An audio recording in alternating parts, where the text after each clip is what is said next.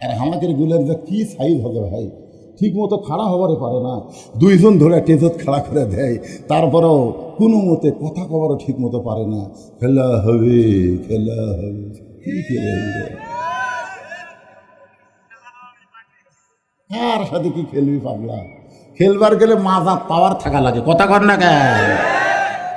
এই জীবনকে নিয়ে সামান্যতম অহংকার আমাদের করা যাবে না, এ কথা কর না কেন? কথা বলেন।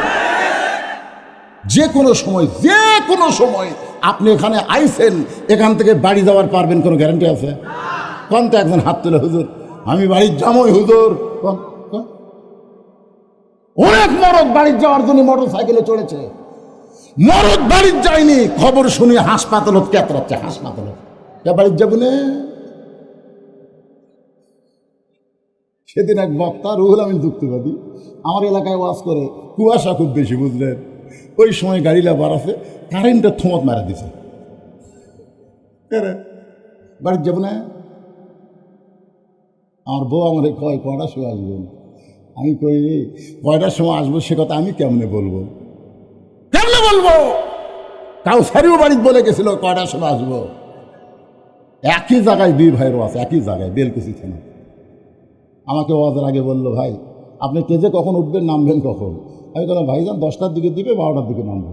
আমিও 12টার সময় নামবো, পর্দার মোড়ে যে দুই ভাই একসাথে রাত 1টায় চা খাবো, গল্পের মতোই গল্প। আমার ওয়াজ শেষ হলো, শেষ হওয়ার পরে কায়সারি সাহেবের একটা কল আসলো আমার কাছে। আমি বললাম ভাই ওয়াজ কি শেষ করছেন? দেখি কান্নার শব্দ। আমি বললাম ভাই কে কান্দে রে? কাউসার হুজুরের নেতপুর হাসপাতালে মারা গেছে হুজুর।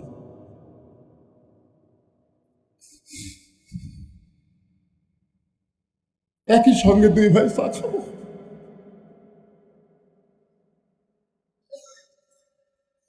আল্লাহর নবীও জানে না কে কখন মরবে, আর আমাকে এত মুসান, এত অহংকার। বাজার যে কোনো সময় আমাদের মৃত্যু হবে বাবা, যে কোনো সময়। আল্লাহ নবী বলেন, খাদিজা আমার আগে যদি আপনার মৃত্যু হয় তাহলে আপনার 3টা চাওয়াই আমি পুরা করব ইনশাআল্লাহ। মা খাদিজা দুনিয়া থেকে বিদায় নিলেন।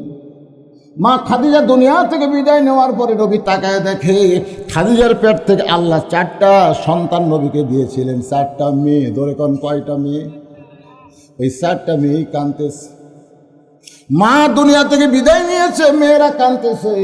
রাসূল তাকায় দেখে 3টা মেয়ের কান্নার শব্দ শোনা যায়, কিন্তু একটা মেয়ে কাঁদতেছে, কিন্তু কান্নার কোনো শব্দ নেই। যেই 3টা মেয়ে কান্নার শব্দ শোনা যায় তারা হলো রোকেয়া, জয়নাব আর কুলসুমা। আর যে মেয়েটা কান্দে চোখের ফানো দর দর করে পড়ে, কিন্তু তার কান্না, ওই মেয়েটার নাম হলো খাতুনে জান্নাত ফাতেমা জোহরা। আল্লাহ নবী 4টা মেয়ের মধ্যে একটা মেয়েকে ইশারা করে বললেন, ফাতেমা রে তুমি একটু ঘরের মধ্যে আসো। ফাতেমা যেই নবীর ঘরে, আল্লাহ নবী বলতেছেন, ফাতেমা তোমার মা দুনিয়া থেকে বিদায় নেওয়ার কালে আমাকে 2টা ওসিয়ত করে গেছে। মা 2টা ওসিয়ত করেছে, তার মধ্যে 1 নম্বর ওসিয়ত হলো তোমার মাকে তুমি একাই গোসল করান লাগবে, গোসল করানোর সময় অন্য কাউরে তোমার সাথে নেওয়া যাবে না। তোমার মা বলেছে ফাতেমা যেন আমাকে একাই গোসল করে দেয়। ফাতেমা বলে, বাবা আমার আরো 3টা বোন আছে, ওরা তো মন খারাপ করবে, আমি একা মাকে গোসল করাইলে ওরা যদি সঙ্গে থাকবার চায়। রাসূল বলে, ফাতেমা দরজা বন্ধ করে একা তোমার মারে গোসল করাতে হবে।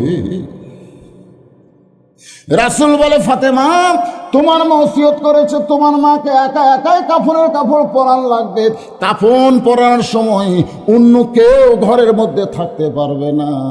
ফাতেমা কান্দের বলে, বাবা আমার মা এই ওসিয়ত করার পিছনে কারণ কি?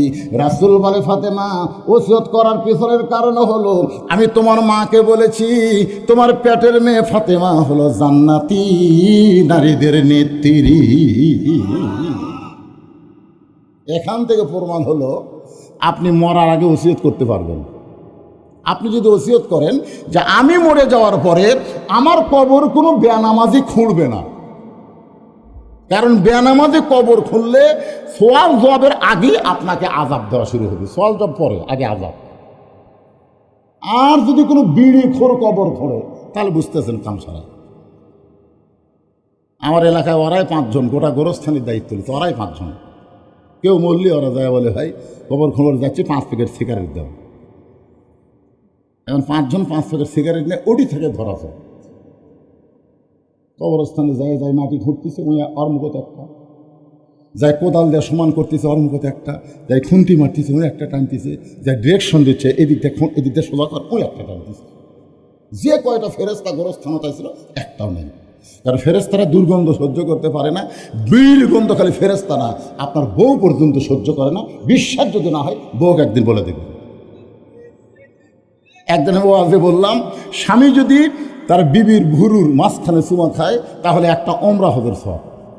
স্বামী যদি বইয়ের কোন জায়গা, এই 2 চোখের মাঝখানে এই যে ভুরু ভুরু, এই জায়গাতে একটা চুমা খায় ওমরা হজের সওয়াব। এক মেয়ে স্লিপ দিয়ে বললো, হুজুর খবরদার এই সবের কথা যা কছেন আর তার কর না, আমার একটা বিড়ি খাই, ঘরে ঢুকলেই ভোগরা পাটার গন্ধ বাড়ায়, ওই যদি এই জায়গায় চুমা মারে আমার বমি হওয়া ছাড়া বুদ্ধি নেই। নিজের বউ পর্যন্ত বিয়ে খোরকে পছন্দ করে। কথা কর না কেন, কথা কর না, তাহলে ফেরেস্তারা থাকবি? সব ফেরেস্তা রাস্তা খাড়া হয়ে আছে। আল্লাহ কাই খবর কি, আল্লাহ যে হারে বিড়ি টানতেছে আমরা ধার্য দেওয়ার পারতেছি না। ওই যে কবর খুঁজছে বিড়ি খোরেরা, কবরের কাঁচা মাটির মধ্যে বিড়ির গন্ধ লাগে না? যে ঘরত বিড়ি খায়, যে পাঞ্জের গাদ্দা বিড়ি খায়, দেখবেন সবই গন্ধ, সব গন্ধ। এখন কবর দিয়ে সবাই চলে গেছে, মুনকির নাকি ফেরেস্তা এসে আর চুল ধরে বল, কে ভাই তোরা কে? এই মুনকির নাকি, তো প্রশ্ন করা বাদ দাও, উঠ কেন? এই কোন বিড়ি খোর তোর কবর খুললো? তোর কবর বিড়ি বিড়ি গন্ধায়। তুই দুনিয়ার বাড়ি বানাইতে, 3 তলা বিল্ডিং বানাতে তোর যদি ভালো মিস্ত্রির প্রয়োজন হয়, যেই কবরে 50,000 বছর তোর থাকা লাগবে, সেই কবর খননের জন্য তুই ভালো মিস্ত্রি পাসনি। ভালো মিস্ত্রি হলো যারা 5 ওয়াক্ত নামাজ আদায় করে। সোনালো বলেন, আপনার কিসের অভাব? যে বাড়িতে আপনি থাকতে পারবেন না, সেই বাড়ি তৈরি করতে যদি 1 কোটি টাকা খরচ করেন, যেই কবরে 50,000 বছর থাকবেন, সেই কবর খোঁড়ার জন্য আপনার 50,000 টাকা খরচ করলে অসুবিধা কি? 5 জন নামাজিকে আপনি আগেই টাকা দেবেন, ভাই আমি যদি আগে মরি আমার কবরটা তোরা খুঁড়ে দিয়েছিল। না ভাই আমরা যদি আগে মরি মাপ, তোরা যদি আগে মরিস মাপ। যে আপনাকে গোসল করাবে, কে গোসল করাবে আপনাকে? ওসিয়ত করে যাবেন মসজিদের মুয়াজ্জিন যেন আমাকে গোসল করায়, তার জন্য মুয়াজ্জিনকে আগাম 10,000 টাকা দিয়ে থাকবেন। ভাই এই মরে গেলে তোমার কিন্তু কথা থাকলো তুমি আমাকে গোসল করাই দিবে। কারণ আল্লাহ রাসূল বলেছেন, বেলাল কাকে ডাক দিচ্ছে, বেলাল আসো তো। বেলাল যখন নবীর কাছে গেছে, নবী বলতেছে বেলাল দেখি 2 জন একসাথে দাঁড়ায়। হযরত বেলাল বলে, রাসূলুল্লাহ কেন? বলে আমার সঙ্গে দাঁড়াও তো। যেই মাত্র বেলাল নবীর সঙ্গে দাঁড়াইছে, নবী বলতেছে, বেলাল তুমি আমার চাইতে আধ হাত খাটো। বেলাল বলে, হুজুর আপনি হলেন ইমাম, আমি মুয়াজ্জিন, আপনার চাইতে খাটো হওয়াতে মানান হয়েছে। আল্লাহ রাসূল বলে, বেলাল রে, দুনিয়াতে তুমি আধ হাত খাটো, কিন্তু আখিরাতের হাসরে আমার চাইতে তোমার মাথা উপরে থাকবে। বেলাল কান্দের বলে, রাসূলুল্লাহ আপনার মাথার উপরে আমার মাথা কেমনে থাকবে? আপনি হলেন ইমাম, আমি হলাম মুয়াজ্জিন। রাসূল বলে, বেলাল রে, প্রত্যেকটা মুয়াজ্জিনের মাথা আল্লাহ হাসরে উঁচু করে দিবে। শুধু মাথা উঁচু করবে না, আল্লাহ তাদের মাথায় সম্মানের একটা টুপি পরায় দেবে, যেই টুপি পূর্ণিমার চাঁদের চাইতে আলোকিত হবে। এমন একটা মানুষ আপনাকে গোসল করায় দেখ, আপনার ওসিয়ত করার দরকার আছে না? কথা কর না ভাই, ওসিয়ত করবেন। কারণ খাদিজা ওসিয়ত করলে আমরা ওসিয়ত করবো না কেন? আপনি কি মনে করছেন এর সাধারণ গোরস্থান? সাধারণ কবরস্থান? একটু গুরুত্ব দিবেন। একটা গানও আছে, গোরস্থানের একটু মাটি বায়না করে রাখ, কখন যেন আসতে পারে তোমার মরণেরই ডাক। গোরস্থানের একটু মাটি বায়না করে রাখ। আপনারা এত বড় চালাক বুঝলেন, কবরে যেন মানুষ ভালো থাকে মরে যাওয়ার পর, এজন্যই কবরের পাশে একটা মাদ্রাসা করে দিলেন। সুবহানাল্লাহ বলেন। আপনারা যারা জেতা আছেন এরা খুশি হননি, কিন্তু যারা খবরে গেছে ওরা আল্লাহ রে আল্লাহ, আমাকে কবরের পাশে যারা মাদ্রাসা করলো আল্লাহ, এই মাদ্রাসায় যখন কোরআন পড়ে কোরআন রহমতের বাতাস আল্লাহ বহায় দেয়, আর ওই বাতাস আল্লাহ গোরস্থানে বন্টন করে দেয়। জোরে কোন সুবহানাল্লাহ। আসলে আপনারা খুব চালাক ভাই, একটু মনোযোগ দিয়ে শুনবেন। আল্লাহ নবী বললেন, ফাতেমা তোমার মাকে একা একা গোসল করান লাগবে। ফাতেমা একা একা মাকে গোসল করানোর পরে এখন বাবার কাছে এসে বলতেছে, বাবা একা একাই যদি কাফনের কাপড় পরাতে হয় তাহলে কাফনের কাপড়ের ব্যবস্থা করেন। সঙ্গে সঙ্গে আল্লাহর নবী ওই জুব্বাখানা এনে ফাতেমার হাতে দিয়ে বললেন, মা এই জুব্বাটাই তোর মাকে কাফনের কাপড় পরায় দে। ফাতেমা ছোট্ট বাচ্চার মতন কাঁদতেছে। আল্লাহর নবী বলে, ফাতেমা কান্দার কারণ কি? ফাতেমা বলতেছে, বাবা আমি মায়ের মুখে শুনেছি আমার মা যখন মক্কার সবচাইতে ধনবতী রমণী ছিল, আপনি তখন মায়ের বাড়িতে রাখালি করতেন। আমার মা আপনার মধ্যে এমন কিছু দেখেছে যেই দেখার পরে ওই রাখালকে আমার মা স্বামী হিসাবে কবুল করেছে। আজকে মক্কার সবচাইতে ধনবতী রমণী আমার মা কবরে গেল, আর দোকানে নতুন কাপড় আপনি পাইলেন না, নতুন কোনো কাপড় না কিনে এই পুরাতন জুব্বা আমার মাকে কেন দিচ্ছেন বাবা? মরার সঙ্গে সঙ্গে কি মায়ের দয়া আপনার ভুলে গেছেন? সঙ্গে সঙ্গে রাসূল বলে, ফাতেমা এই জুব্বা আমি তোমার মাকে দিচ্ছি না, এই জুব্বাটা তোমার মা আমার কাছে চেয়েছে। ফাতেমা বলে, বাবা তাহলে এই জুব্বার গুরুত্ব কি? আল্লাহ রাসূল বলে, ফাতেমা এই জুব্বা সাধারণ কোনো জুব্বা নয় মা, এই জুব্বার সঙ্গে আল্লাহর কোরআনের সম্পর্ক রয়েছে। আপনারা সত্যি করে বলবেন তো ভাই, এই কোরআনের সাথে যাদের সম্পর্ক তাদের দাম কম না বেশি? বেশি। আচ্ছা আমি আপনাকে একটা দৃষ্টান্ত দিই। একই গাছের কাঠ থেকে তিনটা জিনিস বানাচ্ছেন, একটা হলো খাট, একটা হলো সোফা, আর একটা হলো রেহাল। এই যে কনসেপ্ট থোয়ার যে রেহাল, এখন আপনি সত্যি করে অন্তর থেকে বলেন তো এই তিনটার মধ্যে দাম বেশি কার? এ সবাই জোরে দাম বেশি কার? কেন কেন? রেহালের সঙ্গে আল্লাহর কোরআনের সম্পর্ক আছে। আপনারা বলেন তো, আপনি যত গজের টাকার কাপড়ে গাহক দেন, কোরআনের গায়ে যদি 20 টাকা গজের কাপড় দেন, আপনার গায়ের কাপড় কিন্তু আপনি ধুইতে ধুইতে দেখবেন, আপনি দেখবেন পাঞ্জাবি আপনার বউ নিচে ধুচ্ছে, ময়লা ওঠে না, হাও দিয়ে ডলতেছে। আর আপনার বউকে যদি কোরআনের দামা গোসল করার বলেন, ধোয়ার বলেন, ওই পাঁচ দিবি উঁচে জায়গা।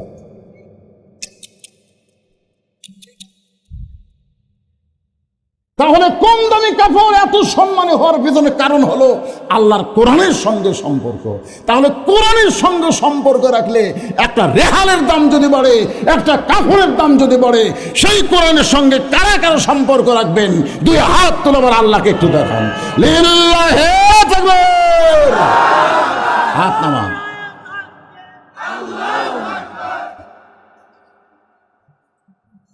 যারা হাত তুলছেন তাকবীর দিচ্ছেন, আপনারা কোরআনের সঙ্গে সম্পর্ক রাখতে গেলে সত্যি যদি সম্পর্ক একটু বিশ্বাস করে যদি হাত তোলেন, তাহলে আপনাদের কাছে এখন ব্যাগ যাবে 5 মিনিট, মাত্র 5 মিনিট কালেকশন করার পরে। কালেকশনের হালত তো আমি দেখছি খুব ভালো না। এই টাকাতে মাদ্রাসা কেমনি চলবে? এই মুহূর্তে কেউ যদি ওঠেন, এখনই হাত তুলছেন কোরআনের সাথে সম্পর্ক রাখবো, এখনই যদি দান না করার জন্য লাভ দেওয়া ওঠেন, বুঝবেন ওই মরার আগে প্যারালাইসিস হবে। প্যারালাইসিস বুঝেন? এই মাদ্রাসার ছাত্র তোমরা কোথায় বাবা? ভিতরে যাও। মাত্র 5 মিনিট কালেকশন করে আমি আবার আলোচনার দিকে ফিরে আসবো, ওয়াদা দিলাম। তাতে রাত 10টায় বাজুক, কোনো সমস্যা নেই। লিল্লাহি তাকবীর। কি নাম করেন? কি নাম? ইনামুর আল্লাহ 5000 টাকা তোমার নবীর মাদ্রাসায় করছে দান। আল্লাহ দানকে কবুল করে জান্নাত ঘরের মালিক বানায় দেন। জোরে সোরে বলে আল্লাহুম্মা আমিন। খুব তাড়াতাড়ি যেটা দেবেন তাড়াতাড়ি। কত? কি আরজিনা একজন মা 500 টাকা দান করেছে। আল্লাহ আরজিনার দানকে আল্লাহ কবুল। এরা কে উঠলো রে? এ তো মাদ্রাসার ছাত্র নাকি সবরা? না না, যে লোকটা যাওয়ার জন্য উঠবে আমার টেজের দিকে আসেন, টাকা নেওয়ার সমস্যা নেই। কিন্তু আপনি যে মাহফিলের দিকে কেউ ওঠে, যত লোক উঠবে সমস্ত লোক ওটার পাপ আল্লাহর কান্দের উপর চাপে দিবে। উঠবেন উঠবেন। আপনাদের কাছে যে ব্যাগ যাচ্ছে আপনারা দিবেন। রসনাই তালুকদার 1000 টাকা দান করেছে। আল্লাহ তার দানকে কবুল করেন। আল্লাহ নেতনিয়ত নিয়ে আসা পরে আল্লাহুম্মা আমিন। আল্লাহ তোমার একজন বান্দা 2000 টাকা নগদে করছে দান। আল্লাহ দানকে কবুল করে জান্নাত ঘরের মালিক বানান। ঈসা আল্লাহ 500 টাকা দান করেছে। ঈসার দানকে আল্লাহ আপনি কবুল করেন। আমি আপনাদের একটা শ্রেষ্ঠ দানের কথা বলি, এই শোনেন, শ্রেষ্ঠ দান যার উপর কোনো দান নেই, সেটা হলো এই নবীর মাদ্রাসায় একটা কোরআন শরীফ দান করা। একটা কি দান করা? জোরে কোন কি দান করা? কোরআনের চাইতে দান করা বড় কিছু আর নাই। তা আপনার এই নবীর ঘরে একটা করে কোরআন, বাপ মা যাদের কবরে গেছে তারা একটা করে কোরআন শরীফ এই নবীর মাদ্রাসায় দান করবেন। আপনারা বলবেন হুজুর কোরআন কিনবার যেমন সিরাজগঞ্জ ওরা কিনা লাগবে না, আপনি 500 টাকা দান করবেন, আমি দোয়া করে দিব কোরআন শরীফ বাবদ আল্লাহ এই দানকে কবুল করে নেন। জোরে কোন আমিন। 500 টাকা দিবেন, একটা কোরআন দান করে সওয়াব আল্লাহ গোরস্থানে যে আপনার শুয়ে আছে তাদের কবরে আল্লাহ দিয়ে দিবে। এই জন্য কোরআনকে মহব্বত করে 500 টাকা দান করেন, একটা কোরআন দানের সওয়াব পাবেন। বাপ মা যাদের কবরে গেছে আমি তাদেরকে সুযোগটা দিলাম। সবচেয়ে বড় দান নবীর মাদ্রাসা একটা কোরআন দেন। আমার বাপ মায়ের জন্ম লেগা 20,000 টাকা নগদ হলো টাকা লিল্লাহে তাকবীর। বাপ মার জন্য 20,000 টাকা। মজনুর রহমান তালুকদার 20,000 টাকা, আবার নগদে 4,000, বাকি 16,000, আর কোরআন শরীফ 10টা কোরআন শরীফ বাবদ 5,000। কোরআন শরীফ কিন্তু আনা হবে না, কোরআন শরীফ কিনে আনা হবে না তো, আমি টাকা চাচ্ছি বাবা। কোরআন বাবদ 500 টাকা, তারপরে 10টা কোরআন আরো ধরেন 5,000। লিল্লাহে তাকবীর। সর্বসাকল্যে 25,000 টাকা মাদ্রাসা। আপনি মাদ্রাসার কোন দায়িত্বে আছেন? উপদেষ্টা। মাশাআল্লাহ। আল্লাহ এই দানকে কবুল করেন। গভীর রাত্রে দোয়া করি আল্লাহ তার বাপ মার কবরকে জান্নাত বানায় দেখ। জোরে কোন আমিন। সবাই বলে আল্লাহুম্মা আমিন। নাসির উদ্দিন 2টা কোরআন শরীফ বাবদ 1000 টাকা দান করেছে। আল্লাহ নাসিরের দানকে আল্লাহ আপনি কবুল করেন। আল্লাহ নেক নিয়ত নিয়ে লেখাপড়া করেন। কে? শামসুন নাহার একজন মা 2টা কোরআন শরীফ বাবদ 1000 টাকা দান করেছে। মা শামসুন নাহারের দানকে আল্লাহ আপনি কবুল করেন। আল্লাহুম্মা আমিন। আপনার বোন মারা গেছে, বোনের জামাই 1500 টাকা, বোন মারা গেছে, বোনের জামাই 1500 টাকা 3টা কোরআন শরীফ বাবদ করছে দান। আল্লাহ দানকে কবুল করে নিয়ে আমার ভাইজানের বোনের কবরকে জান্নাতের টুকরা বানায় দেন। জোরে বলে আমিন। লা ইলাহা ইল্লাল্লাহ। কি নাম? বাচ্চু কোরআন শরীফ বাবদ 2টা কোরআনে 1000 টাকা দান করেছে। আল্লাহ বাচ্চুর দানকে আল্লাহ আপনি কবুল করেন। এই আদায় শেষ হলে সব চলে আসে, লম্বা টাইম দেওয়া যাবে না, এমনি তো দেরি করে উঠছি। তাহলে আপনারা বলছেন হুজুর মাদ্রাসার জন্য একটু মিডল পয়েন্টে চাবেন, এর শেষে যান চান না? মোটামুটি আলহামদুলিল্লাহ কোরআনের সঙ্গে সম্পর্ক রাখার জন্য সবাই হাত তুলছেন। আপনার 10 পারেন, 20 পারেন, 50 পারেন, 100 পারেন, ব্যাগের মধ্যে দিবেন। কে বাবা ব্যাগের মধ্যে দিছে? কি লিয়া ঘরে রে? ব্যাগ না রুমাল? টাকা তো দেখা পায় না। এই টাকা দে, ওই মানুষ খুঁজে চালবে। এইদিকে দিয়ে দে বাবা, এইদিকে দে। হ্যাঁ দাও, ফেলা দো, রুমাল টুকরা করছে। টাকা আছে না খালি রুমাল রে? লিল্লাহে তাকবীর। আলতাফ হোসেন বাপ্পার জন্য 10টা কোরআন শরীফ বাবদ 5,000 টাকা দান করেছে। আল্লাহ তার বাপ মার কবরকে জান্নাতের টুকরা বানায় দেন। জোরে কোন আমিন। মামুন কোরআন শরীফ বাবদ 1000 টাকা, 2টা কোরআন বাবদ মামুন করছে দান। আল্লাহ তার দানকে কবুল করেন। আল্লাহ নেক নিয়ত নেক আশা পুরা করেন। জোরে বলে আমিন। জোরে বলে আল্লাহুম্মা আমিন। ভাইজান আর কিন্তু সময় নাই, আর যারা দিবেন তাড়াতাড়ি দেন। হ্যাঁ মাশাআল্লাহ মাশাআল্লাহ। কয়টা আছে? 5টা কোরআন শরীফ বাবদ 2500 টাকা দিয়েছে, নাম বলে নাই, গোপনে করছে দান।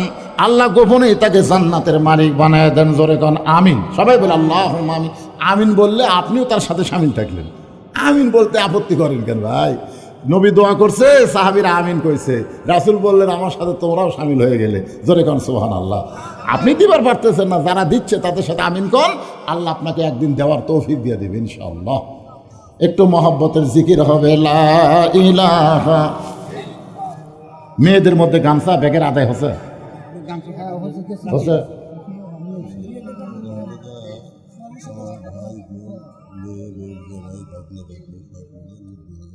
এটি আছে।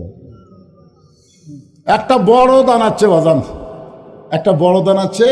ওনার গোষ্ঠী মানে ভাই ভাগনা ভগ্নি যা আছে সবাই মিলে 90,600 টাকা এরই মধ্যে আছে। মানে দেখি তো দেখি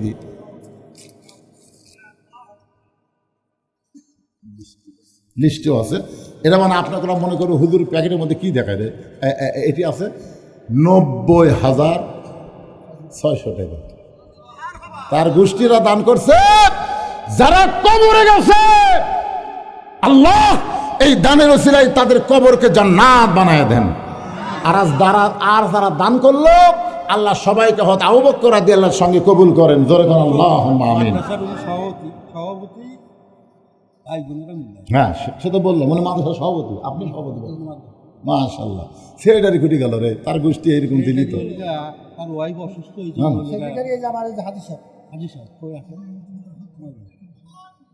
লিল্লাহি তাকবীর।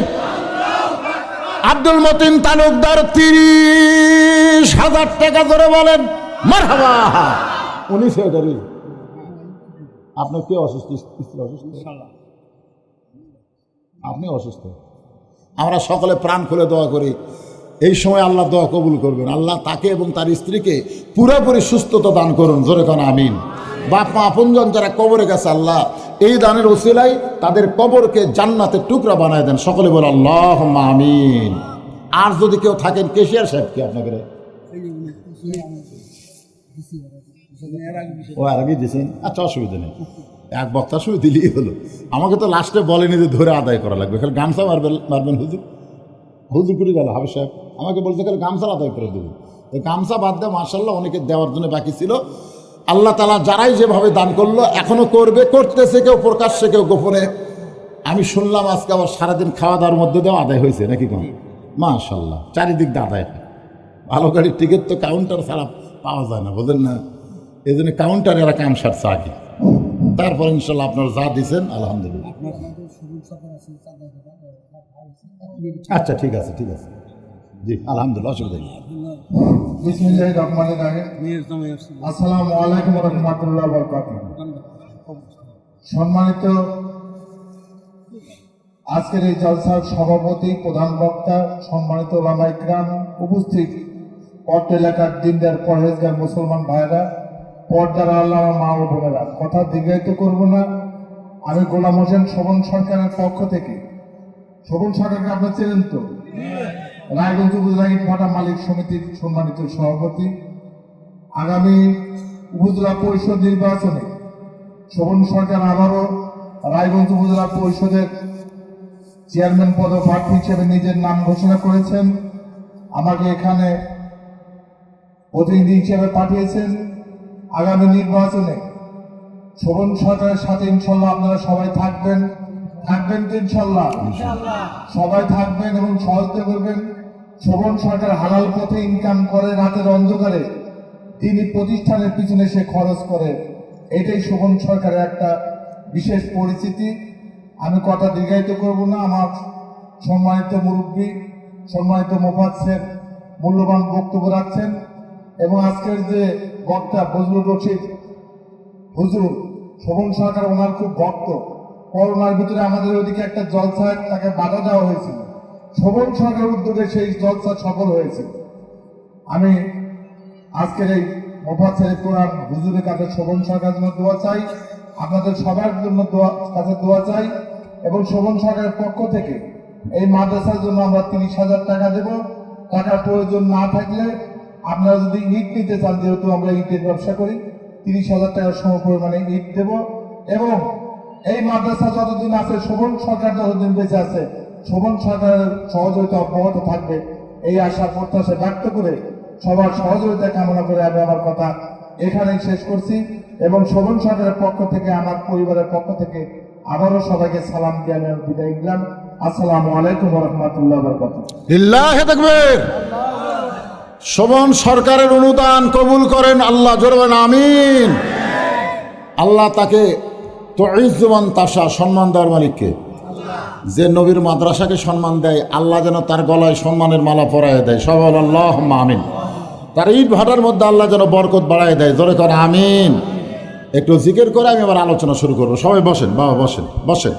লা ইলাহা ইল্লাল্লাহ, লা ইলাহা ইল্লাল্লাহ, লা ইলাহা, লা ইলাহা ইল্লাল্লাহ। একটা সমস্যা আছে, কারণ অধিকাংশ বাচ্চারাই হলো সিজার করা বাচ্চা। ধরে কারণ কি করা বাচ্চা? সিজার করা বাচ্চাকে যদি আপনি ভালো রাখতে চান, মোবাইল চালু করে দিয়ে রাখা লাগবে, দুষ্টামি করবে না।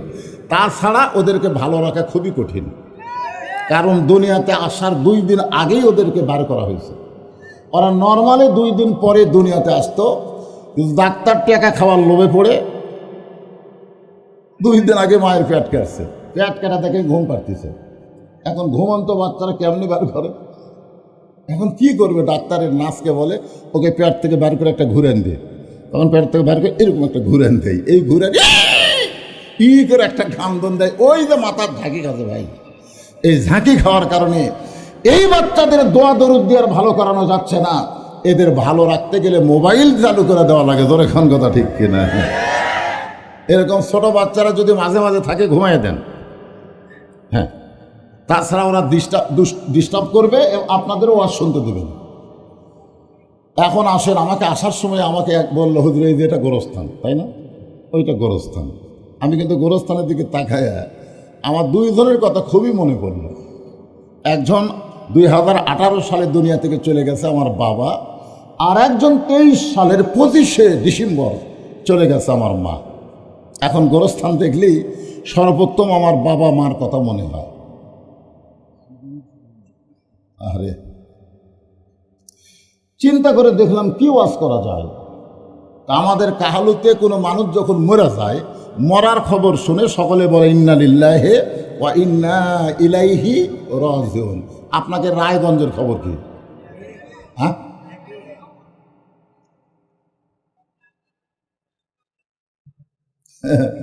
আপনারা বলেন তো, আওয়ামী লীগ যদি মরে তখন কোটা পড়ে?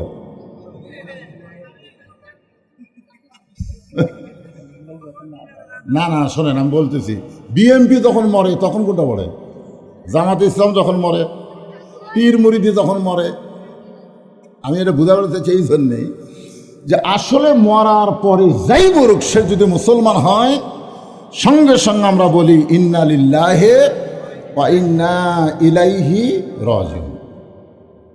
এখন এই আয়াতের একটু বাংলা গান গাই আমি। যুবকেরা তোমরা একটু খেয়াল করে শুনবা, গান কি কয়? কোন বনেরই পাখি তুমি আইলা রে কোন বনে, আবার কোন বনেতে যাইতে হবে পড়ছে নাকি মনে। আপনারা বলেন তো, আমরা কোথায় ছিলাম, কোথায় আসলাম, আবার কোথায় যাব? প্রত্যেকটা ধাপে ধাপে আমরা দুনিয়ার হায়াতকে অতিক্রম করে মৃত্যুর দিকে অগ্রসর হচ্ছি। জোরে কোন ঠিক কিনা? আপনাদের কি মনে হয় আজকে যে রাত আমাদের মাঝ থেকে চলে যাচ্ছে, এই রাতকে আর আমরা ফিরে পাবো? সবাই একটু মনোযোগ দিয়ে শুনবেন, যারা যুবক আছে তোমরাও শুনবে, কারণ বর্তমানে বুড়াকের চাইতে যুবকই বেশি মরতেছে। আমি রাস্তাঘাটে যত মানুষ মরা দেখতেছি অ্যাক্সিডেন্ট হয়ে, একটাও বুড়া না। একটা বুড়া কিন্তু রাস্তা পাওয়ার হওয়ার কিন্তু 4 বার তাকায়। আমি দেখছি একটা মুরব্বী এপার থেকে ওই পার যাবে, 4 বার তাকায়। আর কানা কোনো সময় একলা রাস্তা পার হয় না, ওই কাউরে কয় ভাই আমাকে একটু পার করে দেওয়া হয়। এই জন্য বাংলাদেশে দেখবেন কানারা কিন্তু অ্যাক্সিডেন্ট হয় না, বুড়ারা কিন্তু সহজে অ্যাক্সিডেন্ট হয়ে মরে না। এই জুয়ানগুলা এই ভাই, এরা কোনো দিকে তাকায় না। এই জন্য আমি যুবকদের বলতেছি, বাজান তোমাদেরও হায়াত কমতেছে, আমি বুড়া মানুষ, আমারও হায়াত কমতেছে, কিন্তু কে আগে মরবে এইটা আমরা কেউ জানি না। হয়তো দেখা যাবে দাদার আগে লাতি মরে গেছে। যেরকম ঠিক কিনা? তাহলে আমাদের সকলের সামনে মৃত্যু আছে না নাই? আজকে বাংলাদেশে মানুষ পুলিশ ধরা নিয়ে টেনশন করে, কিন্তু আজরাইল ধরা নিয়ে চিন্তা নেই। ভোটের আগে আমাদের কাহালুতে যা ধরা শুরু হয়েছিল বুঝলেন, খালি পাইকারি হারে ধরা। অনেক লোক ওই বাড়িঘর ছাইড়া আলুর বাগুড়ের মধ্যে বাঁশ আড়ার তলে গর্ত মর্ত করে শুয়ে থাকে। এক লোকে কেউ নিচে কম্বল পারছে, ল্যাপও নিচে, বলছে সেই জায়গা পুলিশের বাপেরও ক্ষমতা নিয়ে আসতে পারে। কিন্তু আল্লাহর কি কাম, ওই জায়গাতে আজরাইল গেছে, যেরকম কি গেছে পুলিশের পোশাক পরে। তুই বলতে আরে ভাই এই গোপন জায়গার তো খবর কে দিল? তখন আজরাইল বলতেছে ভাই আমি তো পুলিশ না রে, আমি হলাম আজরাইল। তখন কান্দা কাটে বলতেছে ভাই রে, পুলিশ ধরার ভয়ে আজরাইল ধরবি, এই কথা আমার মনেই নেই। আজকে আমাদের বাংলাদেশের ইমানের অবস্থা হয়েছে তাই যে কোনো সময় আমাদেরকে আজরাইল ধরবে। জোরে কোন কথা ঠিক কি না? তো কেমনে ধরা দেবেন? ধরা তো দেওয়াই লাগবে, যতই পোলা থাকেন ধরা দেওয়া লাগবে না? কেমনে ধরা দেবেন? আল্লাহ কোরআনে বললেন, ইয়া আইয়ুহাল্লাযীনা আমানুত্তাকুল্লাহা হাক্কা তুকাতিহি ওয়া লা তামুতুন্না ইল্লা ওয়া আনতুম মুসলিমুন। আল্লাহ বলতেছেন যারা আমাকে বিশ্বাস স্থাপন করছো, তোমাদের 1 নম্বর আমল হচ্ছে আল্লাহর ভয়। কার ভয়? আল্লাহর ভয় কাক কয়? আল্লাহর ভয় যারা করে তারা কোনোদিন দরজা জানলা বন্ধ করে অন্যায় করতে পারে না। আজকে আমাদের অধিকাংশ যুবকের হাতে 4G মোবাইল আছে না নাই? রাত যখন গভীর হয় তখন দরজা জানলা বন্ধ করে মোবাইল বার করে কেউ দেখতেছে হবে, কেউ দেখতেছে না, এই শুধুকে কম্বলের তলে মারি, এই মনে করে অশ্লীল ভিডিও দেখতেছে। ওর যদি আল্লাহর ভয় কলিজায় থাকতো, ওর ইমান বলতেছে কেউ না দেখলেও আল্লাহ দেখতেছে, 2 কান্দের ফেরেশতা ঘুম পাড়তেছে না পাগলা রে, ওরাও দেখতেছে। জোরে খান কথা ঠিক কিনা? আমাদের সকলের 2 কান্দে 2 ফেরেশতা আছে না নাই? আমি জানলা দরজা বন্ধ করে দিলে এরা কি বার হয়ে যায় না? কান্দতে থাকে। একটা গান আছে, মনের ঘরে তালা দিয়া সাবিনিয়া আসেন সাই, আমি অধম সাধ্য কি তার হুকুম ছাড়া বাইরে যাই, হুকুম ছাড়া বাইরে যাই, আমার 2 কান্দে 2 মোহরি। এ গান গাইলে গুনাহ হবে? তাহলে সবাই বলেন, আমার 2 কান্দে 2 মোহরি, লেখিতেছেন ডায়েরি, দলিল দেখে রায় দিবে, টাকা পয়সার নাই কারবার। আছেন আমার মুক্তার, আছেন আমার ব্যারিস্টার, শেষ বিচারের হাইকোর্টেতে তিনি আমায় করবেন পার, আমি পাপী তিনি জামিনদার। সেই দিনে সে স্টেশন বোঝেন, হাসরের ময়দান যেরকম কি, সেই দিনে সেই স্টেশনে থাকবে নানান প্যাসেঞ্জার, হিন্দু থাকবে, বৌদ্ধ থাকবে, খ্রিস্টান থাকবে, থাকবে না? হাসরের ময়দানে সবাই থাকবে না? সেই দিনের সেই স্টেশনে থাকবে নানান প্যাসেঞ্জার, দ্রুত জানে পার হবে সে, টিকিট কাটায় আছে যার, টিকিটটা হলো লা ইলাহা ইল্লাল্লাহু মুহাম্মাদুর রাসূলুল্লাহ। পারাপারে থাকলে তারা, পারাপার বোঝেন? পারাপার মানে দুনিয়া থেকে জান্নাতে, দুনিয়া থেকে জান্নাত মানে পারাপার। পারাপারে থাকলে তারা, সঙ্গে নিও গাড়ি ভাড়া। গাড়ি ভাড়া হচ্ছে নেক আমল, নামাজ, রোজা, হজ, যাকাত, সদ্ব্যবহার, সত্য মতে চলা, সত্য কথা বলা, কোরআন বিজয়ের আন্দোলন করা। ধরে কোন কথা ঠিক না? পারাপারে থাকলে তারা, সঙ্গে নিও গাড়ি ভাড়া, জবাবদিহি করতে হবে ধরলে টিকিট কালেক্টর। সময় থাকতে মনা, না সময় থাকতে মনা হুঁশিয়ার। এখনো সময় আছে না নাই? আমরা কি মরছি নাকি? আমাকে দেখাচ্ছে হুজুর এটা গোরস্থান।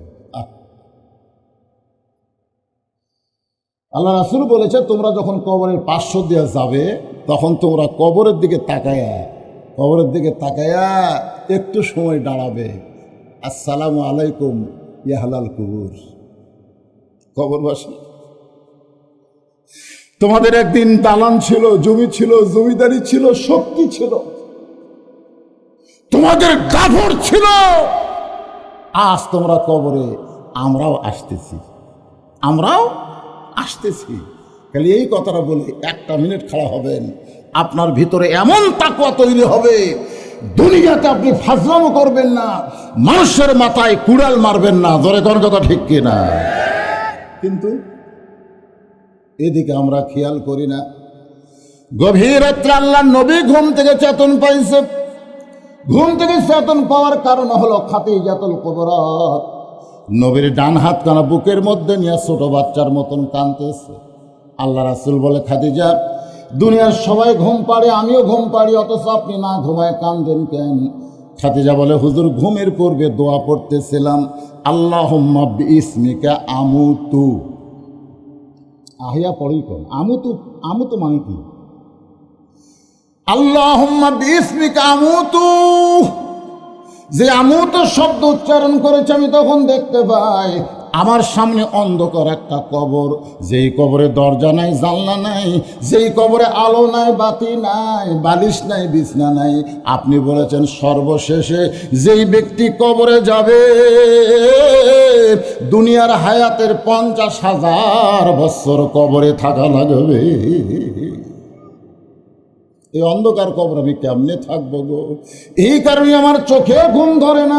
আল্লাহ নবী খাদিজার কপালে চুম্বন দিয়ে বলে, খাদিজা, ওই আল্লাহর শপথ করে বলতেছি, ঈমান গ্রহণ করার পরে আপনি আল্লাহর সঙ্গে যে সম্পর্ক গড়ে তুলেছেন, আল্লাহ আপনার কবরকে জান্নাত বানায়া দিবে। তাহলে কোনো টেনশন আছে? যারা কবরে গেছে ঈমান গ্রহণ করার পরে তারা যদি আল্লাহর সঙ্গে সম্পর্ক রাখে তাহলে কবর কবর থাকবে না, কবর হবে জান্নাতের টুকরা। জোরে কোন কথা ঠিক না? এই জন্যে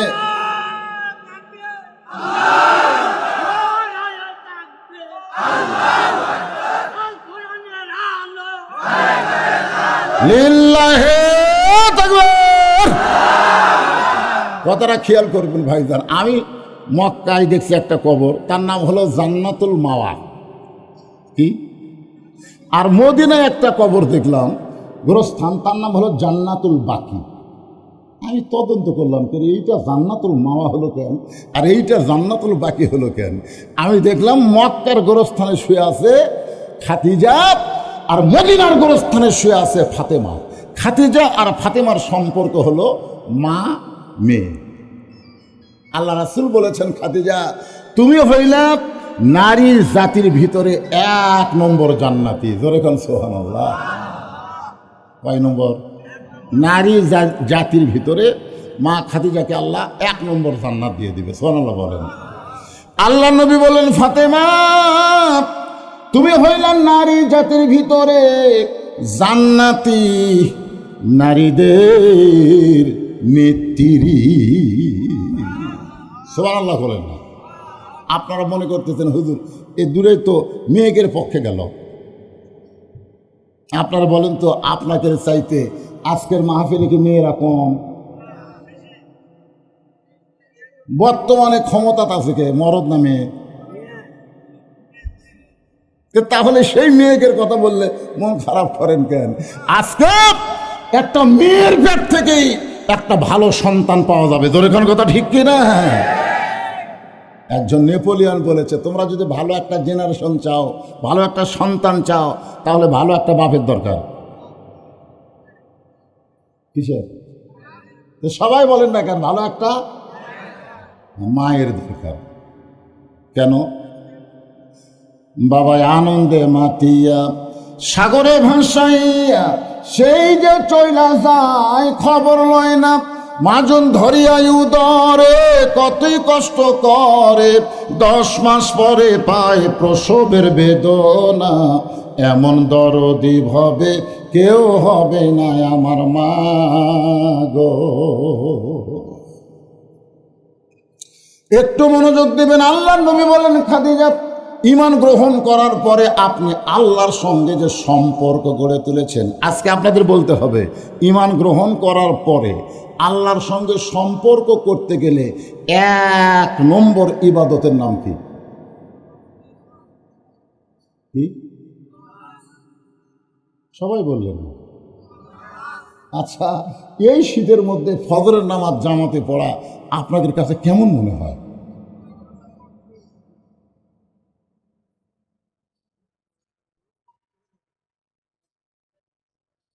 না গুনগুন করতেছেন, অরিজিনাল কথা ধরে সেটাই বলেন না কেন? এই শীতের রাত্রে আসসালাতু খায়রুম মিনান নাওম শোনার সাথে সাথে বুকের উপর থেকে যারা ল্যাপ ফেলে দেয়, বুকের উপর থেকে যারা কম্বল ফেলে দেয়, ল্যাপ হয়তো বলতে পারে কি উষুম রে, কি শান্তি রে। আপনি তখন লাত্তি মারলেন, কেড়ে ল্যাপ, তুই কি মনে করিস আল্লাহ আমাকে ডাকতেছে আর তুই আমাকে চাপে ধরে থাকতো? ওই ঠান্ডা পানিতে উজু করে মসজিদ দিকে যখন রওনা দেয় তখন ফেরেশতা কয় আল্লাহ এটা কে, কোনোদিন তোমারে দেখলো না। আর তোমার মহব্বতের পাগল হইয়া আরামের ঘুম আরামের নিদ্রাকে বাদ দিয়া ল্যাপ তোষককে লাথি দিয়া তোমার ঘর মসজিদ দিকে রওনা দিল, এর রেজাল্ট কি? আল্লাহ বলতেছে বর্তমান যদি বদর যুদ্ধে থাকতো উনি বদর যুদ্ধের সৈনিক হওয়ার সওয়াব পেত। জোরে কান সুবহানাল্লাহ। কি মনে করছেন? আল্লাহর সঙ্গে সম্পর্ক রাখতে গেলে সর্বপ্রথম যে ইবাদত লাগবে তার নাম হলো নামাজ। আল্লাহ রাসূল বলেছেন লা সালাত আলা ঈমান, যার নামাজ নাই তার ঈমান নাই। বাইনাল আবদি ওয়াল কুফরি তরকুস সালাত, বান্দা আর কাফিরের মধ্যে পৃথক করার জিনিসটার নামই হলো নামাজ। আল্লাহ রাসূল বলেন খাদিজা আল্লাহ আপনার কবরকে জান্নাত বানায়া দিবে। কান্দাকাটির কোনো দরকার আছে? এরপরও মা খাদিজা নবীর হাত বুকের মধ্যে নিয়ে বলে নবী গো, আমি যদি আপনার কাছে একটা জিনিস চাই আপনি কি দিবেন না? গভীর রাত্রে ঘুম ভাঙ্গে, এমনিতে নবীর বিরক্ত লাগতেছে, এখন আবার বলতেছে আমি যদি আপনার কাছে কিছু চাই আপনি আমাকে দিবেন না। রাসূল বলেন নাউজুবিল্লাহ নাউজুবিল্লাহ নাউজুবিল্লাহ। খাদিজা বলে হুজুর আমি আপনার কাছে কিছু চাই, এটা শুনে 3 বার নাউজুবিল্লাহ করলেন। রাসূল বলেন খাদিজা ঈমান গ্রহণ করার পরে আল্লাহ ছাড়া অন্য কারো কাছে চাওয়া যাবে না। 11 সালে হজ করতে যখন গেলাম বুঝলেন, আমরা এই কবরের পাশে দাঁড়ায় দোয়া করি না, কোন করি কি করি না, বাপের কবর মায়ের কবর সামনে নিয়ে আমরা দোয়া করি। এই মনে করলাম রাসূলের রওজা মোবারক একটু দোয়া করি, এই মনে করে কেবল হাত তুলছি ভাই, খুব গোপনে, প্রকাশে তো তোলা যায় না, গোপনে। ইতিও দেখ পুলিশ দেখবার মতো, চোখ আবার একেবারে সিলের মতো। ওই গোপন জায়গার আসে লাঠি দিয়ে আমার হাতের উপর ঠেসি মারতেছে, মান্য কুল্লু হারাম মান্য। আমাকে বুঝাচ্ছে মৌলানা সাহেব বা হাজী সাহেব, পাইতে যদি চান আল্লাহর কাছে চান, নবীর কাছে চায়া কোনো লাভ? তাহলে একমাত্র দিবার পারে কে? অথচ আমাদের বাংলাদেশে হুজুর নামে কিছু লোক বলে আল্লাহর ধন নবীরে দিয়া, আল্লাহ আছে গায়েব হইয়া, নবীর ধন খাজা নিয়া, শুয়ে আছে আজমিরে, কেউ ফিরে না খালি হাতে, খাজা রে তোর দরবারেতে। কি সুবহানাল্লাহ।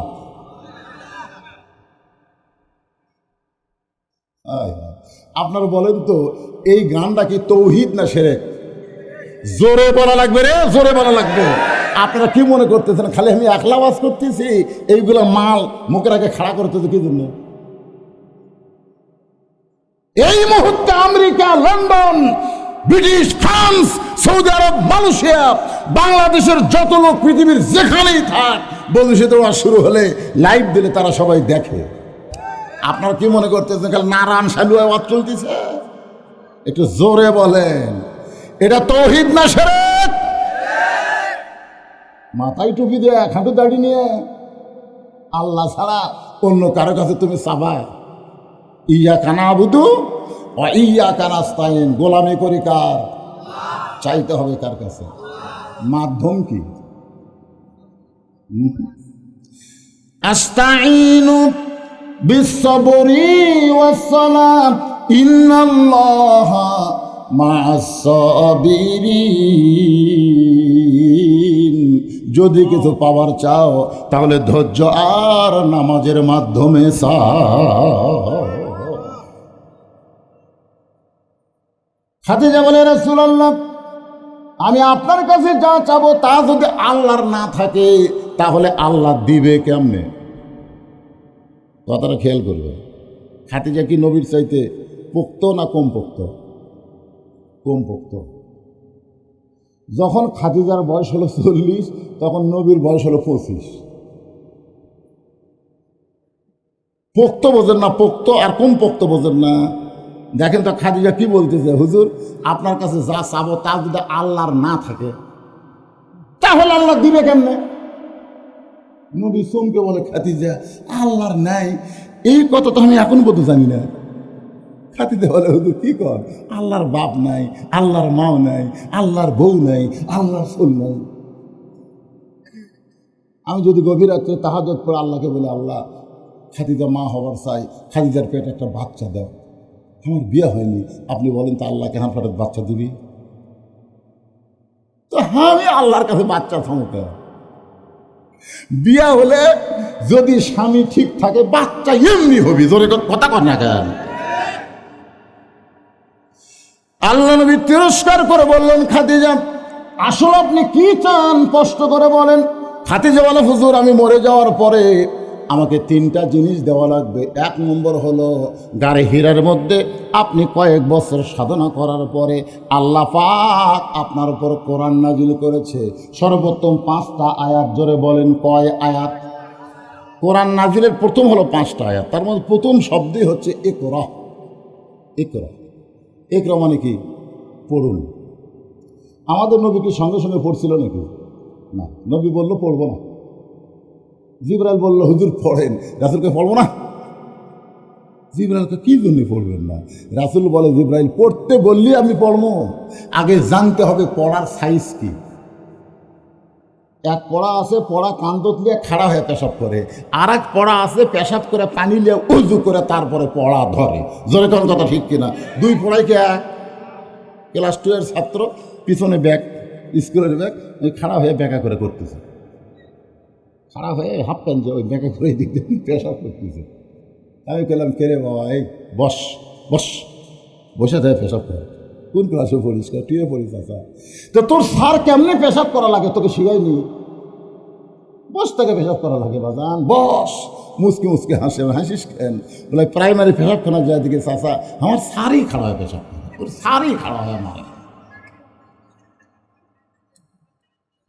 আপনারা বলেন, যে শিক্ষা দেয় একদম বাগদম ঘোড়ার সাথে ঢাক ঢোলক ঝাঁঝর বাজে, এই মিথ্যা শিক্ষা দিতে অজু করা লাগে না, পবিত্র হওয়া লাগে না। আর এই কোরআন শিখবার গেলে, ধরবার গেলে লা ইয়ামুসুহু ইল্লাল মুতাহহারুন, আগে পবিত্র হ তারপরে কোরআন ধর।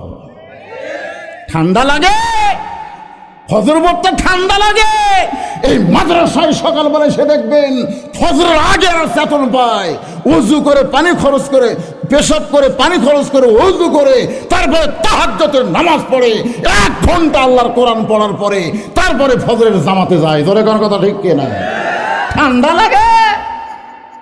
আসেন পড়ার সাইজ দেখেন। রাসূল বলে, জিবরাইল তুই পড়তে বললে আমি পড়বো নাকি? আগে জানা লাগবে পড়ার ধরন কি। ফেরেশতা জিবরাইল বললেন, বিইসমি রাব্বিকাল্লাযী খলাক, যে আল্লাহ আপনাকে সৃষ্টি করেছেন সে আল্লাহর নামে পড়েন। নবী বললেন, জিবরাইল যেই পড়ার মধ্যে আল্লাহ আছে এই পড়া শিখতে আমার কোনো আপত্তি নাই, আল্লাহর পড়াটাই আমি নবী পড়তে চাই। তাহলে সুবহানাল্লাহ করি তো দায় সারা হবে না। নবীকে যদি অনুসরণ করি, আল্লাহর কোরআনকে গ্রহণ করার দরকার আছে না নাই? বাংলাদেশের সমস্ত মুসলমান যদি কোরআনকে গ্রহণ করে, একটা প্রাইমারিও বাংলার মানচিত্রে থাকবে না, সব প্রাইমারি হাফিজে নুরানি মাদ্রাসা হয়ে যাবে। জোরে কর কথা, কথা কর না কেন? হ্যাঁ মুসলমান, কি দিয়া তোমার জবান খুলবে আর কি দিয়া খুলতেছে?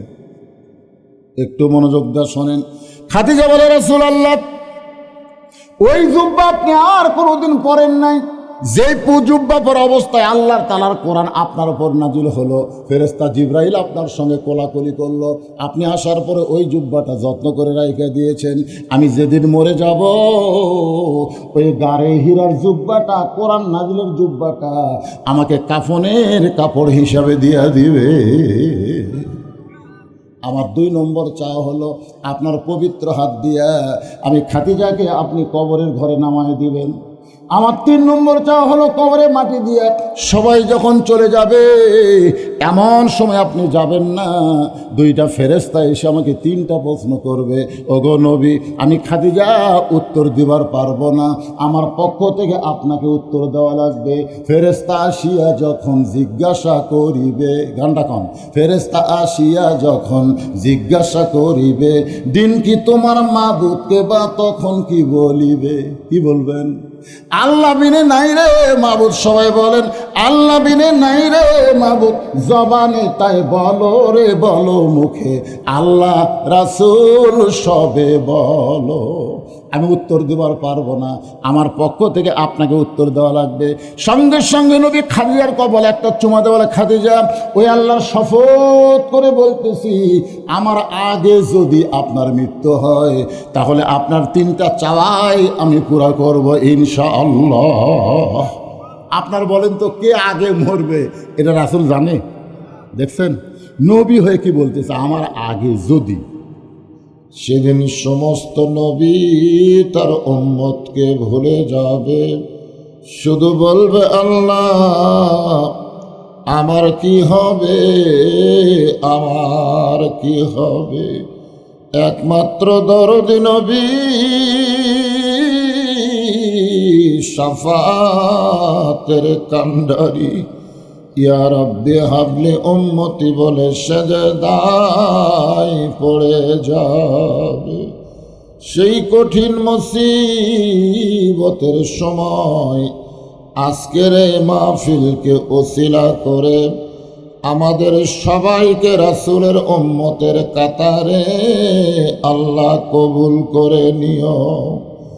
সুবহান রাব্বিকা রব্বিল ইজ্জাতি আম্মা ইয়াসিফুন ওয়া সালামুন আলাল মুরসালিন আলহামদুলিল্লাহি রাব্বিল আলামিন। লা ইলাহা ইল্লাল্লাহ।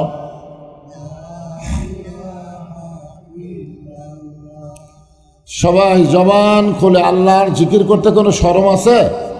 তাহলে সকলে জবান খোলে লা ইলাহা ইল্লাল্লাহ, লা ইলাহা ইল্লাল্লাহ, লা ইলাহা ইল্লাল্লাহ, লা ইলাহা ইল্লাল্লাহ, লা ইলাহা। চাঁদ সূর্য যারা গ্রহ তারা আল্লাহ নামের পাগল পারা। চাঁদ সূর্য যারা গ্রহ তারা আল্লাহ নামের পাগল পারা। আমার আল্লাহ নামের এতই দয়া, আল্লাহ নামের এতই মায়া, লুকিয়ে রাখছেন হে আল্লাহ জোরে লা ইলাহা ইল্লাল্লাহ, লা ইলাহা ইল্লাল্লাহ, লা ইলাহা ইল্লাল্লাহ, লা ইলাহা, লা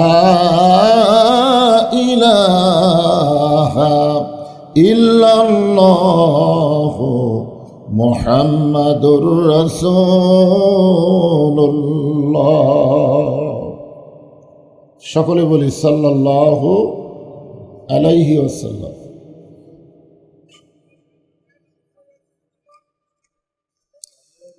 হ্যাঁ, আপনারা যে এতক্ষণ জিকির করলেন সবচাইতে উত্তম জিকির, আফজালুল জিকির লা ইলাহা ইল্লাল্লাহ।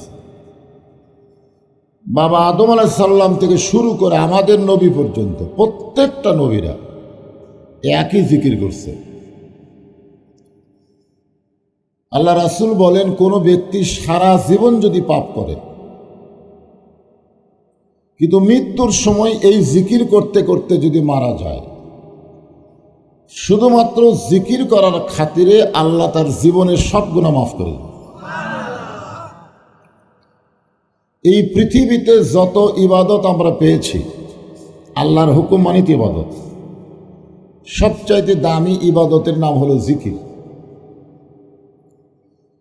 কোরআনের কোনো জায়গায় আল্লাহ বলে নাই যে আমার নামাজ পড়ে আমি আল্লাহ তার নামাজ পড়ি, যে আমার রোজা করে আমি আল্লাহ তার রোজা করি, এ কথা বলেনি। কিন্তু আল্লাহ বলেছেন যে আমার জিকির করে আমি আল্লাহ তার জিকির করি।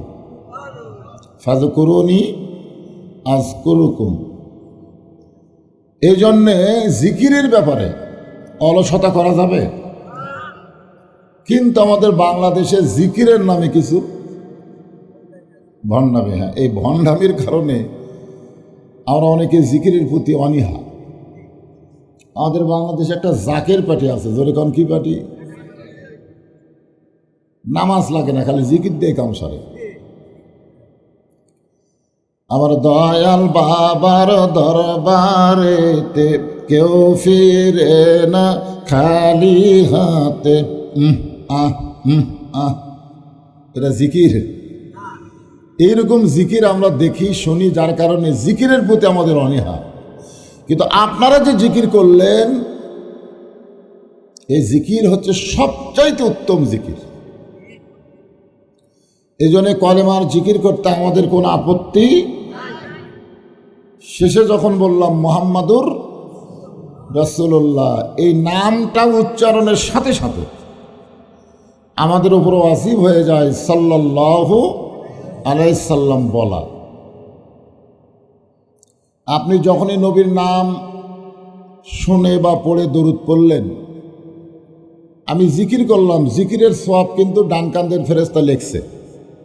জিকির করলাম না, কিন্তু দরুদ যখন পড়লেন এটা আবার ফেরেশতারা লিখতে পারল না।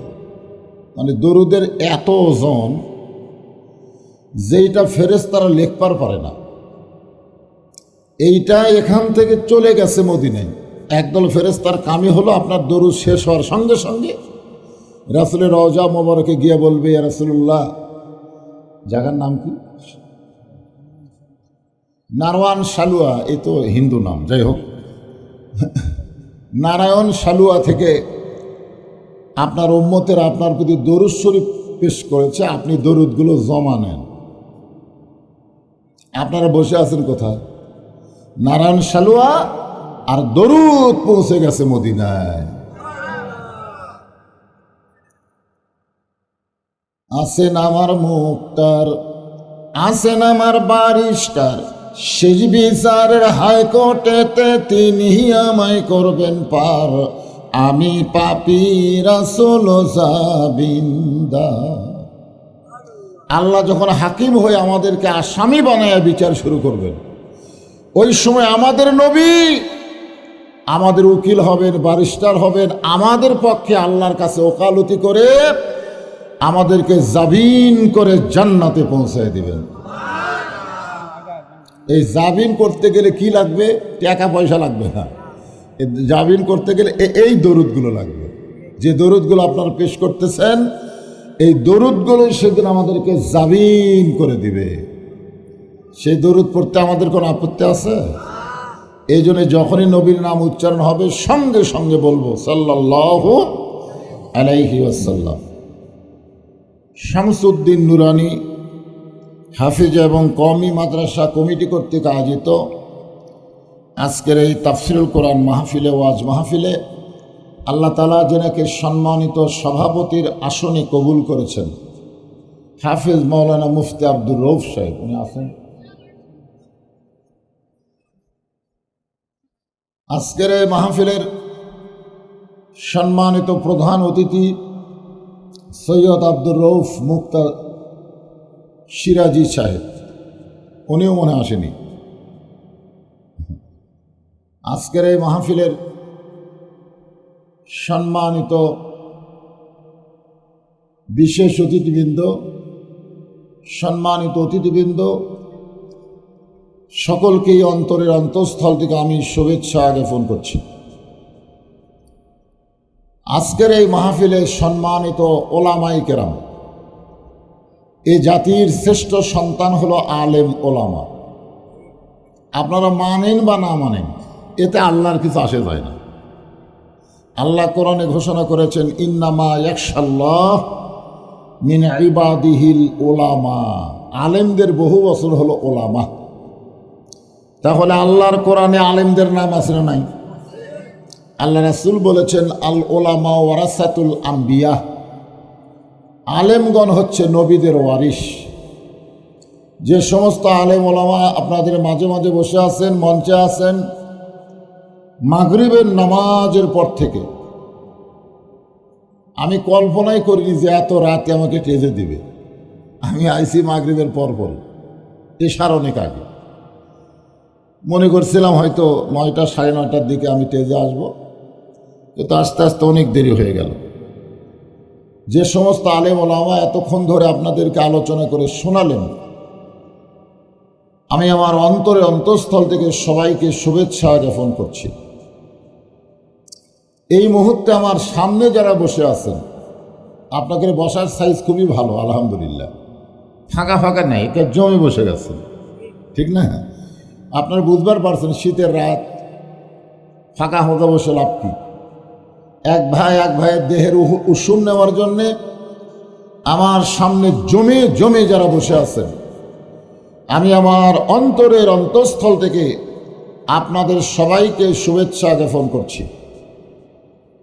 সম্মানিতা মা বোনেরা, যারা পর্দার অন্তরালে বসে আলোচনা শুনতেছেন, আমি তাদেরকেও শ্রদ্ধা জ্ঞাপন করে এই মুহূর্তে জানতে চাচ্ছি আপনারা সকলে কেমন আছেন? জি, আমিও আছি অবশ্য, তবে কেমন আছি আলহামদুলিল্লাহ। আসলে এটা আমাদের সৌজন্যবোধ। আমি জিজ্ঞাসা করলাম আপনারা কেমন আছেন? আপনাদেরও উচিত হলো, হুজুর আপনি কেমন আছেন? তবে বর্তমান বাংলাদেশের শ্রোতাদের চাইতে আলেমরা খুব একটা ভালো নাই। কথাটা বুঝলেন না? হ্যাঁ, আপনারা খালি শুনে যাচ্ছেন, কিন্তু আমার কথাগুলো রেকর্ড হচ্ছে। এই রেকর্ডগুলো আবার তদন্ত করবে, তদন্ত করে দেখবে ওয়াজ চলে কি চলে না, এ বক্তা কোন আঙ্গিকের ওয়াজ করে, এগুলো আজকে রিপোর্ট আকারে পেশ করা হয়। যেরকম কথা ঠিক কিনা? তা আলহামদুলিল্লাহ।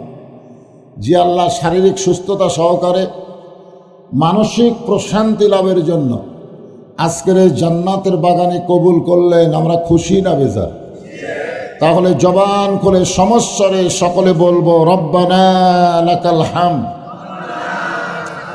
হামদান কাসীরান তাইয়িবান মুবারাকান ফিহি। আমরা কার প্রশংসা করলাম? এতে আমাদের কি হলো? কতটুকু লাভ সেটা জানেন? অন্তরের অন্তঃস্থল থেকে কোনো বান্দা আলহামদুলিল্লাহ শব্দ যদি উচ্চারণ করে, আসমান এবং জমিনের ফাঁকা জায়গাটা আল্লাহ নেকি দিয়ে পরিপূর্ণ করে দেয়। এই তো আর একটা কাম সারলেন। কোনো বান্দা যদি সুবহানাল্লাহ শব্দ উচ্চারণ করে, বান্দা বসে থাকবে দুনিয়ায়, কবে যাবে জান্নাতে, কিন্তু আল্লাহ এই মুহূর্তেই এই সুবহানাল্লাহ বলা বান্দার নামে একটা জান্নাতে গাছ লাগাই দিস। নারায়ণ সালুয়ার মাহফিলে সুবহানাল্লাহ, আর গাছ লাগলো কোথায়? এই ইউক্যালিপটাসের মতন সোজাসুজি গাছ না, প্রত্যেকটা গাছ হবে ফলবান বৃক্ষের গাছ। ওই গাছের ছায়া অতিক্রম করতে একটা তাজা ঘোড়া যদি দৌড়াই, তাহলে 500 বছর সময় লাগবে। আবার সুবহানাল্লাহ, আবার আর একটা গাছ হয়ে গেল। যতবার সুবহানাল্লাহ বলবেন ততবার একটা গাছ হবে। এখন আপনাদের মন চাচ্ছে, হুজুর এত গাছ যদি জান্নাতে লাগে, সে জান্নাত কত বড়? সর্বশেষে কয়লাকে ময়লা ধুয়ে, মানে জাহান্নাম খাটিয়া খাটিয়া খাটিয়া খাটে সর্বশেষে একটা সাগর আছে, নদী আছে, ওই সাগরে আল্লাহ গোসল করাবে, করে তাকে আবার সুন্দর রূপ দিয়ে জান্নাতে দিবেন। সর্বশেষে যেই ব্যক্তিকে জান্নাত দেওয়া হবে, সেই জান্নাত হবে এই পৃথিবীর চাইতে 9 গুণ বড়। এখন চিন্তা করে দেখেন, সেই জান্নাতে গাছ বেশি থাকলে লাভ না লস? তাহলে যতবার সুবহানাল্লাহ বলবেন ততবারই আল্লাহ একটা গাছ লাগাই দিবে। কার নামে? আল্লাহর নামে না, যারা সুবহানাল্লাহ বলল তাদের নামে। আল্লাহর প্রশংসা করার কারণ হলো আল্লাহ আমাদেরকে এমন একটা নবীর উম্মত হিসাবে কবুল করেছেন, যেই নবী জান্নাতে ঢুকবেন না যতক্ষণ আল্লাহ আমাদেরকে জান্নাত না দেয়। কি নবী? এই মাসে আল্লাহ তাআলা আমাদের নবীকে নিয়ে গেছিলেন আল্লাহর কাছে, অর্থাৎ আরশে। ধরে কোন কোথায়? একটা যানবাহন পাঠায় দিয়েছে যার নাম হলো বোরাক। নাম কি? ফেরেশতা জিবরাইল বললেন, হুজুর আপনি বোরাকের পিঠে চড়বেন আর বোরাক আপনাকে আল্লাহর আরশে পৌঁছায় দিবে। আমরা তো এরকম গাড়ি পালে, যানবাহন পালে, ওরে বাবারে দৌড়ে গিয়ে লাভ দিয়ে চড়তাম। ধরে কোন ঠিক কিনা? কিন্তু আমাদের নবী চড়েননি। নবী বোরাকের গায়ে হাত দিয়ে চোখের পানি বের করলেন। ফেরেশতা জিবরাইল বলে, রাসূলুল্লাহ এত সুন্দর বোরাক, সেটাও আপনার পছন্দ হয়নি? আল্লাহ নবী বলেন, জিবরাইল 30,000 বছরের পুলসিরাত জাহান্নামের ওপর দিয়ে তৈরি করা হয়েছে। ওই পুলসিরাত আমার গুনাহগার উম্মত কেমনে পাড়ি দিবে? এমন করে একটা বোরাক যদি আল্লাহ আমার উম্মতকে দিত, আমি খুশি হয়ে বোরাকের পিঠে চড়তাম। জিবরাইল কয়, হুজুর আমার মনে হয় এই চাওয়া আল্লাহ কবুল করবে না, কারণ চাওয়ার তো একটা সাইজ আছে। কোনো নবীর জন্য আল্লাহ যেই বোরাক তৈরি করেনি, আর সেই বোরাক আপনি গুনাহগার উম্মতের জন্য চাচ্ছেন, আমার মনে হয় এই চাওয়াটা বেশি হয়ে গেল। আপনারা বলেন তো, আল্লাহর কাছে কোনো চাওয়া বেশি হবে? জিবরাইল মনে করছে নবীর জন্যই নাই, আর উম্মতের জন্যে, তাও আবার সব উম্মত। সঙ্গে সঙ্গে আল্লাহর নবী বোরাকের কাছ থেকে 11 গজ দূরে গেলেন, মাথা নিচু করে বললেন, জিবরাইল ঠেকা আমার না, ঠেকা হলো তোমার আল্লাহ। সুবহানাল্লাহ জোরে কর। কোন দিকে তাকায়? বোরাকের দিকে না। ঠেকা আমার না, ঠেকা হলো তোমার আল্লাহর। আমি আল্লাহর আরশে যাবার চাইনি, আল্লাহ যানবাহন পাঠাছে। এখন যদি আমি না যাই, খালি যানবাহন নিয়ে যাওয়া লাগবে। ঠেকা কার? তোমার আল্লাহকে বলো, যদি বোরাকের উপরে আমার উঠাতে চাই, আমার গুনাহগার উম্মতের জন্যে এমন করে একটা বোরাক না দিলে আমি নবী উঠবই। আল্লাহ কয়, জিবরাইল আমি যেমন আমার নবীকে ভালোবাসি, আমার নবী তার উম্মতকে তেমন ভালোবাসে। এখন কি করব? আমি লা ইলাহা ইল্লাল্লাহ বসে আছি ওই মোহাম্মদ রাসূলের আশায়।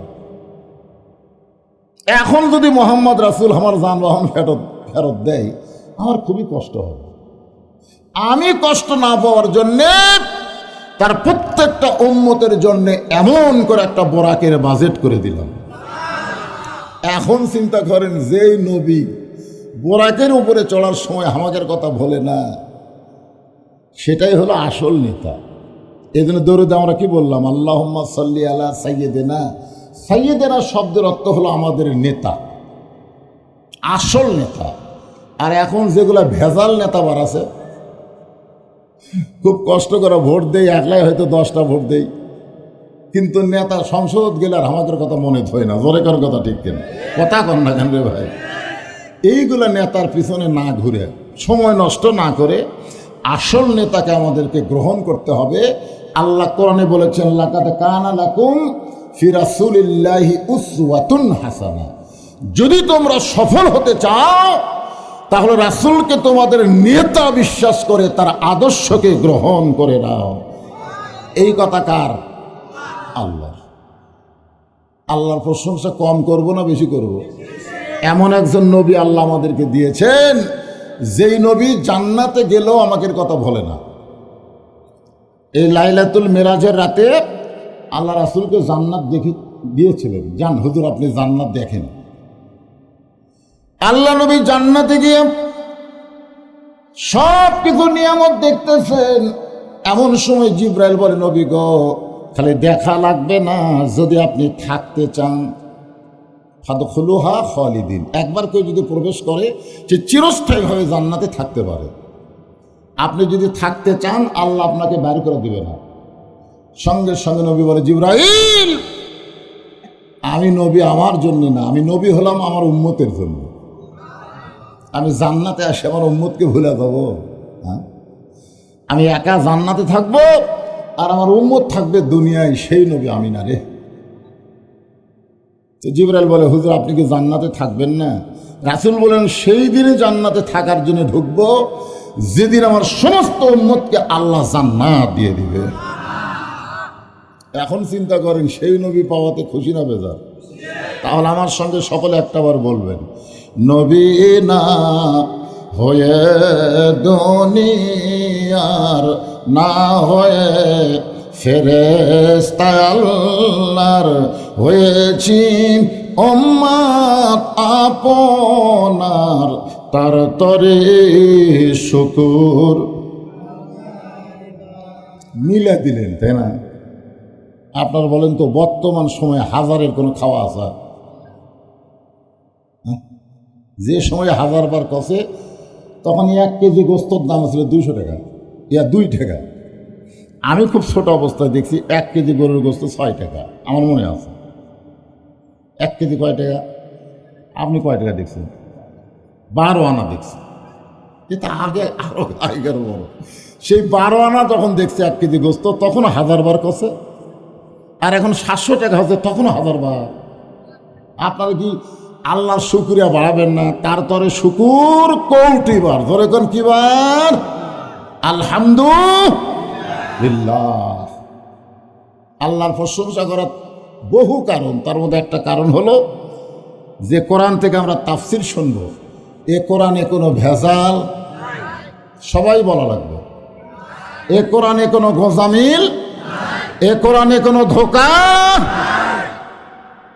আপনারা বলেন, প্রাইমারির বইয়ের মধ্যে ভেজাল, ধোঁকা, সন্দেহ, সেই প্রাইমারির জন্য বর্তমান সরকার হাজার হাজার কোটি টাকা খরচ করে, আর যেই কোরআনে কোনো ধোঁকা নাই, সন্দেহ নাই, ভেজাল নাই, সে হাফিজি মাদ্রাসায় 1 টাকাও দেয় না।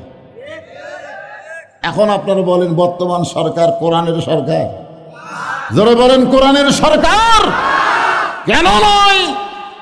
কারণ কোরআনের সরকার যখন হবে তখন মানুষের আইন চলবে না, আল্লাহর কোরআন দিয়ে দেশ চলবে। ধরে কোন কথা ঠিক কিনা? আর আল্লাহর কোরআন দিয়ে যখন বাংলাদেশ চলবে তখন শরীফা হবে, এইরকম শিক্ষা বাংলাদেশের মানচিত্রে থাকবে না। ধরে কোন কথা? আজকে শরীফা হওয়ার চাই। হায় হায়, এতদিন আগে জানতাম আমরা পুলিঙ্গ, স্ত্রীলিঙ্গ আর একটা হিজড়া লিঙ্গ, আর এখন শুনতেছি আর একটা বার আছে। মন যদি চায় আপনি মরদ মানুষ মেয়ে হবেন, মন যদি চায় আপনি মেয়ে মানুষ মরদ হবেন। হায় হায় বাংলাদেশ রে! কি এগুলো শিক্ষা নয়, এগুলো শিক্ষার নামে মানুষকে মূর্খ বানানো। জোরে কোন কথা ঠিক কে? খায়রুকুম মান তাআল্লামাল কুরআন ওয়া আল্লামা। আল্লাহ রাসূল বলেছেন, সবচাইতে সম্মানী জ্ঞানী ওই ব্যক্তি যে আল্লাহর কোরআন শিখেছে এবং অপরকে কোরআনের শিক্ষা দেয়। আমরা কারা কারা এই কোরআনের পক্ষে? 2 হাত তোলা, আল্লাহর একটু হাত দেখায়। লিল্লাহি তাকবীর, হাত নামান। যে বলবো আল কোরআনের আলো, আপনারা বলবেন সব জায়গায় জালো। আল কোরআনের আলো, কোরআন হাদিস যেখানে, দুনিয়ার মুসলমান লিল্লাহি তাকবীর। শোনেন, আপনার কাছে কেউ বললো যে 1 গিলাস পানি দেন, আপনি গিলাসের দিকে না তাকায় 1 গিলাস পানি নিয়ে আসছেন, পরে পানির দিকে তাকায় দেখে বহু ময়লা। তখন বলতে, কে রে ভাই, তোর কাছে 1 গিলাস পানি চাইলাম, তুই গিলাসটা পরিষ্কার করে তারপরে পানি আনবি না? তো বলে না, পানি চাইছেন, পানি এনে দিচ্ছে, এখন পরিষ্কার না অপরিষ্কার সেটা আপনি দেখেন। আপনি বলেন তো ওই পানি খাওয়া যাবে? তাহলে পানি গিলাসে ঢালার আগে গিলাসটা পরিষ্কার আছে কিনা ওইটা দেখে তারপরে পানি ঢালা লাগবে। ওয়াশ করতে গেলে বক্তা আগে দেখা লাগবে কি শ্রোতাদের অবস্থাটা কি। এই জন্য ওয়াশ আগে না, আগে ওয়াশ করা লাগবে। ওয়াশ মানে পরিষ্কার করা, ধরে কোন কি করা। তো আমি কিছুক্ষণ ওয়াশ করব, ওয়াশ না করলে আপনাদের ভিতরে ক্লান্তি দূর হবে না। এমনি তো শীতের রাত জমে গেছেন। হ্যাঁ ঠিক আছে, মানে থাকা লাগবে। আর এই ছোটো ছোটো বাচ্চা যারা আছে, ছোটো ছোটো বাচ্চা যারা আছে ওদেরকে ঘুমিয়ে দেন।